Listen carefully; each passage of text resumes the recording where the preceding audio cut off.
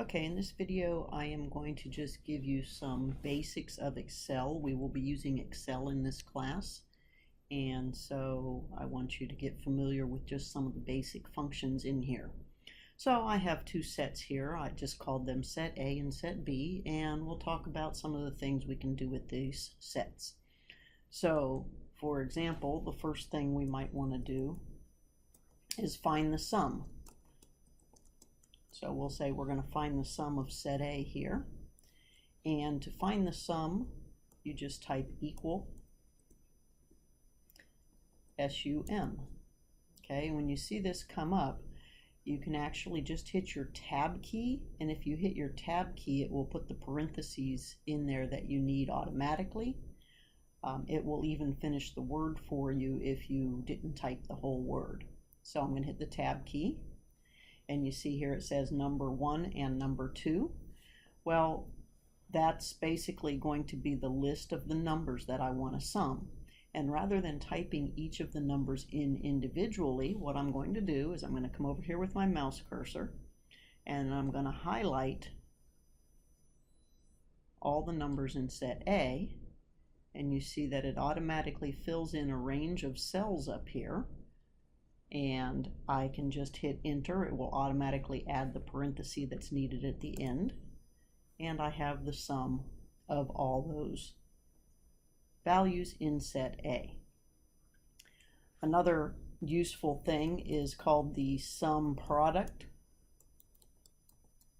Okay, and what the sum product does, and you'll see that we'll actually be using it, is it takes the product of an element from the first group times an element from the second group, and then it adds those up. So in other words, if I use this sum product thing, I'm going to have 57 times 15 added to 13 times 5 added to 79 times 3, and so on and so on and so on, all the way down to 51 times 18. So most functions in Excel start by typing an equal. So again, we'll just go equal. We'll start typing sum, and if you see down here on the list, we have sum product. So we'll simply highlight that and hit our tab key. And now notice it's asking me for an array. So array 1, array 2. So what is the ones I want to multiply together? Well, I want to multiply the numbers in set A. So that's filled in. Now I have to hit a comma, and now it's asking for array 2. You see it's highlighted here. So then I'm going to put the numbers from set B. So I'm just highlighting them again. And now you can see that I'm going to do the sum product of A2 through A20, which is set A, and B2 through B20, which is set B. And again, I'll just hit enter.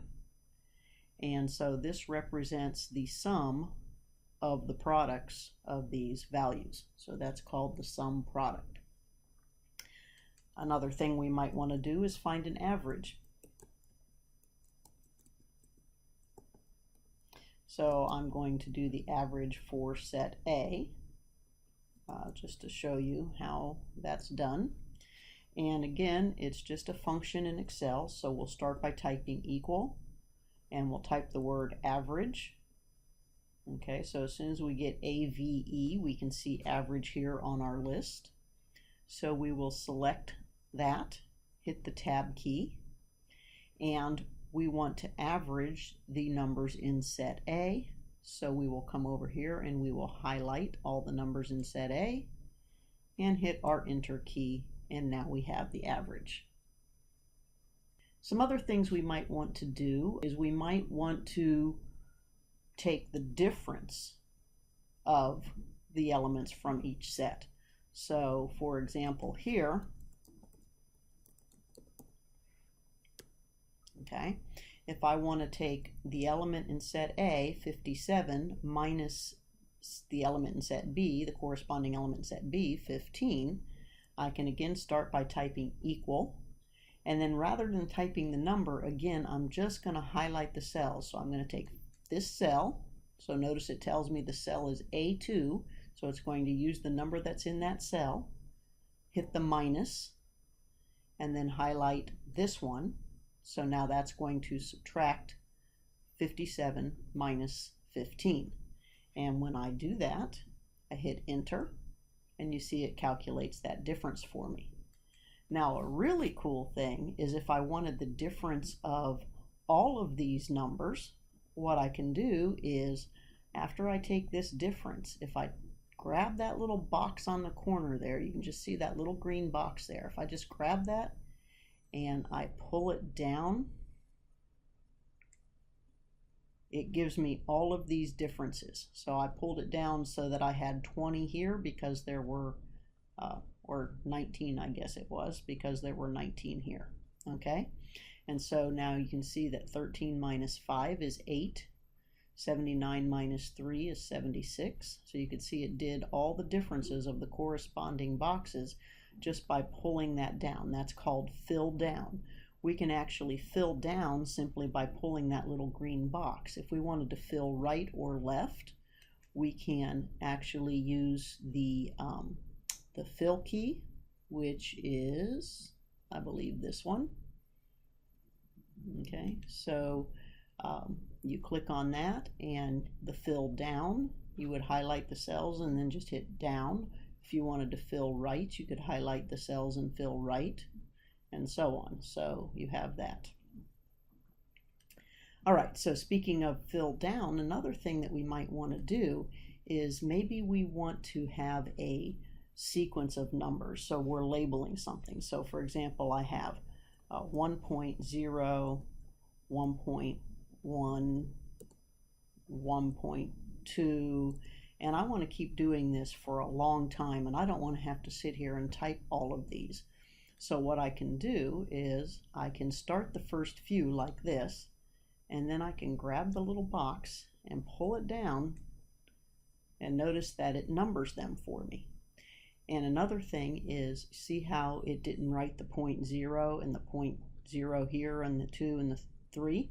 If I want it to do that, I can come over here to these little things here, and these actually make fixed decimals. So if I do this, I have no decimals. If I go this way, I have 1 decimal on everything. If I go this way, I have 2 decimals, and so on. So if I want it to be consistent and I want to see the 1.0 and the 2.0, I can use that to get there. All right, so another thing that we are going to be using a lot here will be graphs, pictures. So to insert a graph, for example, if I wanted to insert a, think of these as points on the plane, the x-coordinate being set A, the y-coordinate being set B here, and if I wanted to just plot those as points in the plane, I can come up here and go Insert, and you see this little icon that looks like points on a plane, okay, it says Insert Scatter there. We can click that, so we can get just the points on the plane. We can get the points connected by some lines. We can get just a line that goes through the points, and so on. So I'm just going to plot the points. And notice I got a blank plot. And why did I get a blank plot? Because I have to have some data highlighted in order to get a plot. So I'm just going to go ahead and delete that. And now, so that I don't get a blank plot this time, I'm going to highlight my data first. Then I'm going to go to the Insert, choose the Scatter, and now you can see that I get my points. So we can move this, we can resize it by just grabbing these little things here. I can click right in here and change the name of my chart to something else. I can click the little plus button here, and I can maybe add some axes titles. So I could call this, I could go through here and call this is set B, because I had B as my y coordinate. And I can change this axis title here and call this set A. Okay, and then I can even do some more things. If I double click on the thing, I get this that comes up, and I can change things like the border or colors, and so on.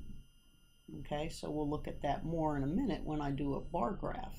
Okay, so we can do that. So we can enter that in there. We can move it around. Okay, so for the bar graph, I'm going to do something different. So I'm going to go ahead and move this out of the way. I'm going to use these numbers here. I'm just going to call this, we'll say X and Y. Okay, and then here maybe I'll just copy the numbers here. Okay, and then I'll just get rid of these. All right, so I have these values here as my X values, these as my Y, and let's say I want to insert a bar graph with this data here. So I'll just highlight it, I'll hit insert, I'll choose the one that looks like a bar graph. Now I don't want to have two separate bars like this, so I have to make sure that I choose the right one. So let's see if we can find one that's going to work for us. Okay, so this one actually looks better. So see, this one that defaults to has two bars, you know, one for each of the numbers, you know. So in this is the one we really want, where we have our X values along the X axis and our Y values along the Y axis. So we're going to go ahead and choose that one and click OK. All right, so now we have a bar chart in here. Okay, and now we can format this by, again, we can change the chart title if we want, and we'll call this our bar chart. Okay, I can change the width of the bars if I simply highlight these bars, so you see that the bars are selected. I'll have to do it again because I double click to open this, and now go ahead and highlight these bars, and then you'll see you have some extra things here. So where you see the little bars here, you'll see this says gap width.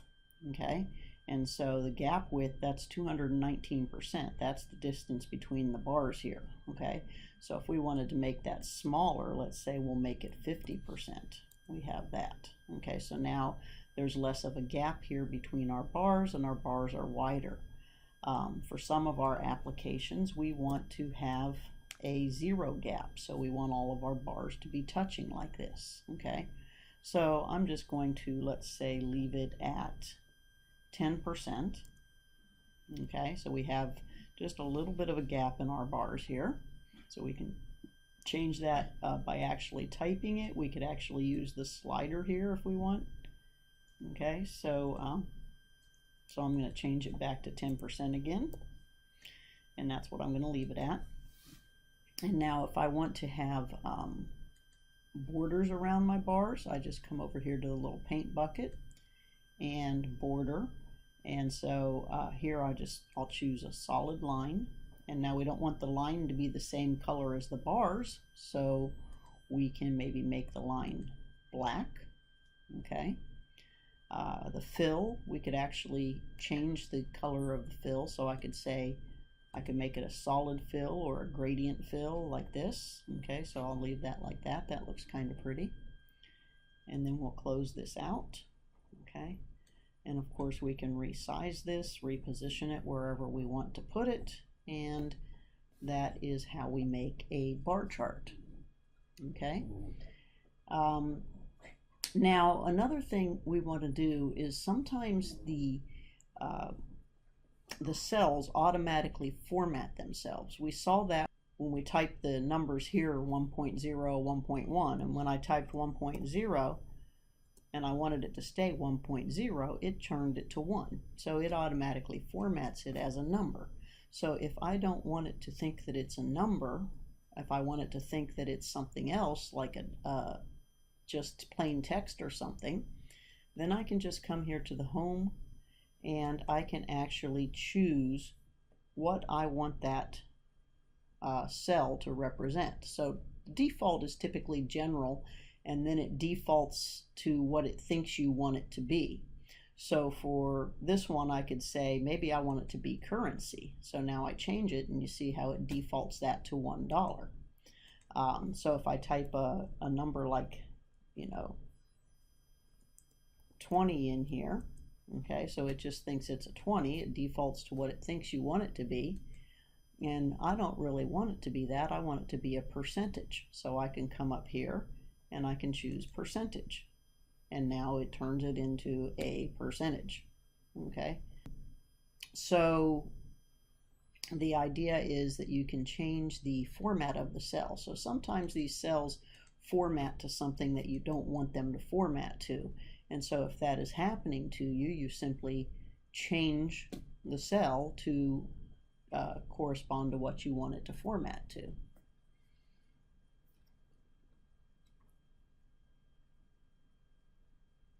Okay, so another thing that we're going to be doing here is working with multiple worksheets. And so you see down here at the bottom, we only have one worksheet. This is called Sheet 1. And then there's a little plus here where we can add worksheets if we want. So if you double click on that where it says Sheet 1, you can change the name of it. So I'm just going to change it to My WS, My Worksheet, okay? And then if you want another worksheet, because we're getting a little crowded here and we want to work on a different one, or we have maybe two projects. Maybe there's one project that we're going to work on this worksheet, and then we're going to open a new worksheet.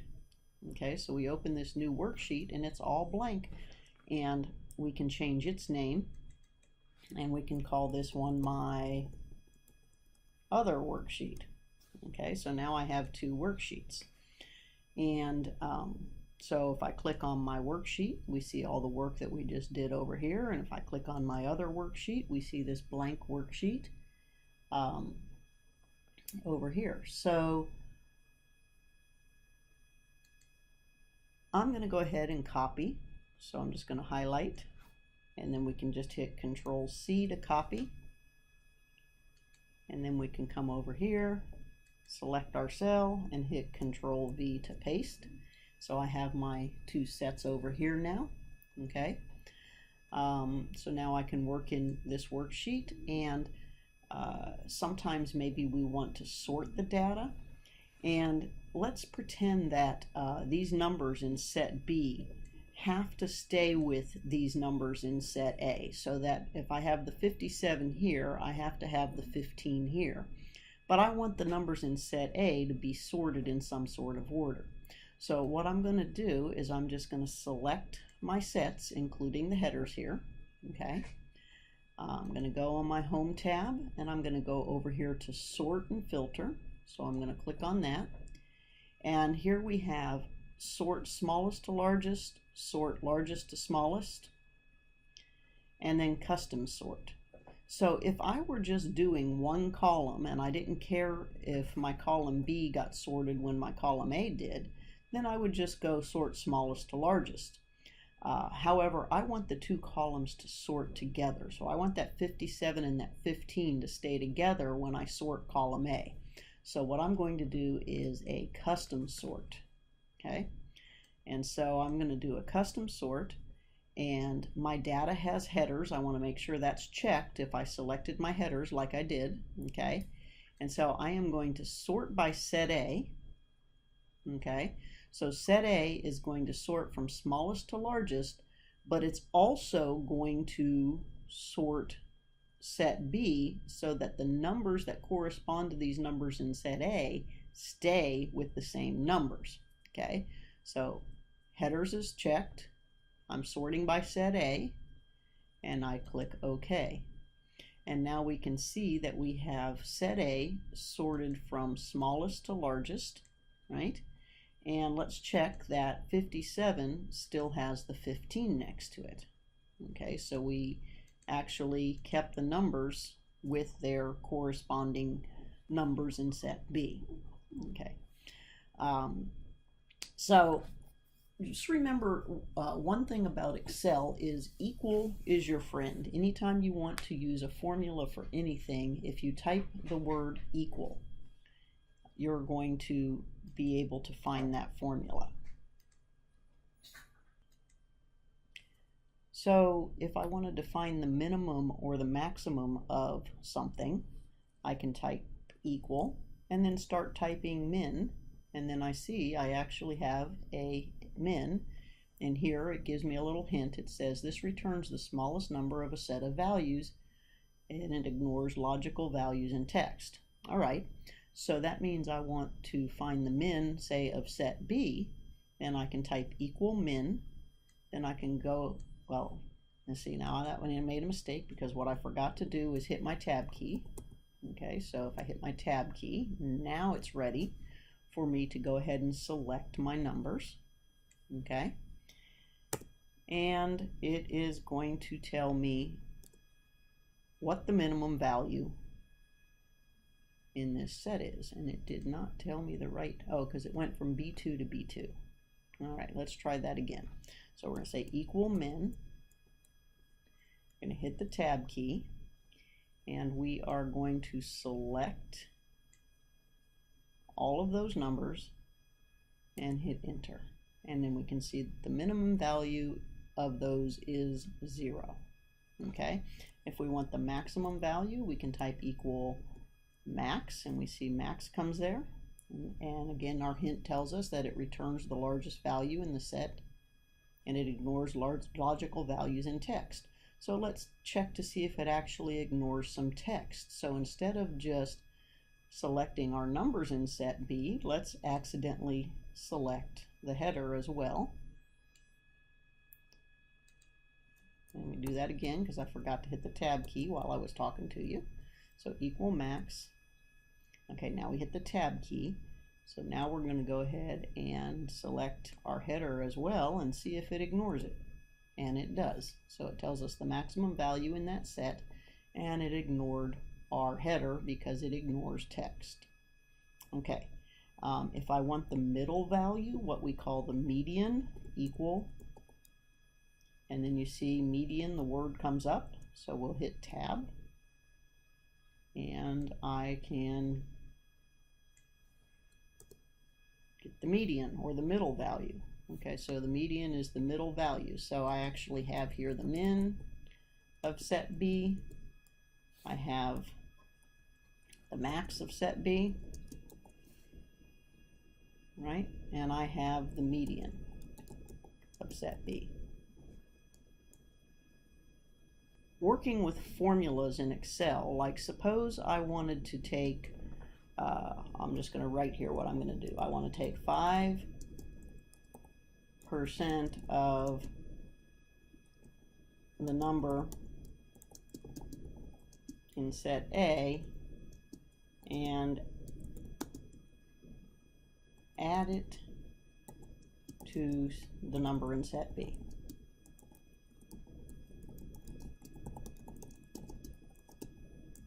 Okay, so that's what I want to do. I want to take 5% of the number in set A and add it to the corresponding number in set B. So what I would do is I would just say equals, because equal is my friend. So everything that, when I want Excel to calculate something, I always type equal. So I'm going to say equal. Now I want 5%, so I can go 0.05, so that's 5%. The asterisk tells Excel to multiply, so I'm going to go 5%, and then I'm going to just select the first number in set A, and then I'm going to hit add, and then I'm going to select the first number in set B, and then I'm going to hit enter. Okay, so this is 5% of 4 added to 1. Okay, and then we can use our fill down to actually do that for all the other data values. Okay, so that means this second number here in this list will be 5% of 13 plus 5, and then the next number in this list will be 5% of 15 plus 12, and so on. Okay, so it actually does the calculations for you.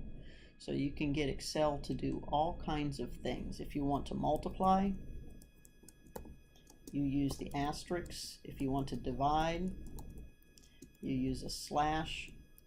If you want to add, it's clear, you use a plus. And if you want to subtract, then you use the minus. Okay, you can even do a square root. So if I want square root of a number, I use this. So for example, and of course I can't just say SQRT, I have to say equal, and then I can go SQRT. You see it comes up, returns the square root of a number, hit my tab key, put the number in there, and hit enter. So it actually calculates the square root of 4. Okay. If I want the absolute value of a number, I can type, so let me write it over here. I want absolute value. And so to do that, we would type equal ABS.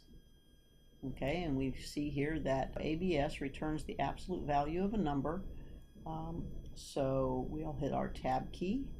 We'll put negative 56 in there and see that it returns positive 56. Okay, so one of the main things to remember about Excel is anytime you want it to calculate, type equal. Okay, and start typing equal, and then start typing the word for what you want it to do. So again, if you want the average, equal AVE, you see that average shows up. You can come here and highlight it and hit tab. It gives you the average. Okay, so if we're going to average all these numbers, we would simply select them and hit enter. Okay, so type equal. If I want the maximum, if I want the minimum, if I want to just randomly see what's here that starts with an L, oh, look at that. We have equal log. Let's take the log of a number. So go hit log of 34, and it calculates it for me. All right, so that is your basic introduction to Excel.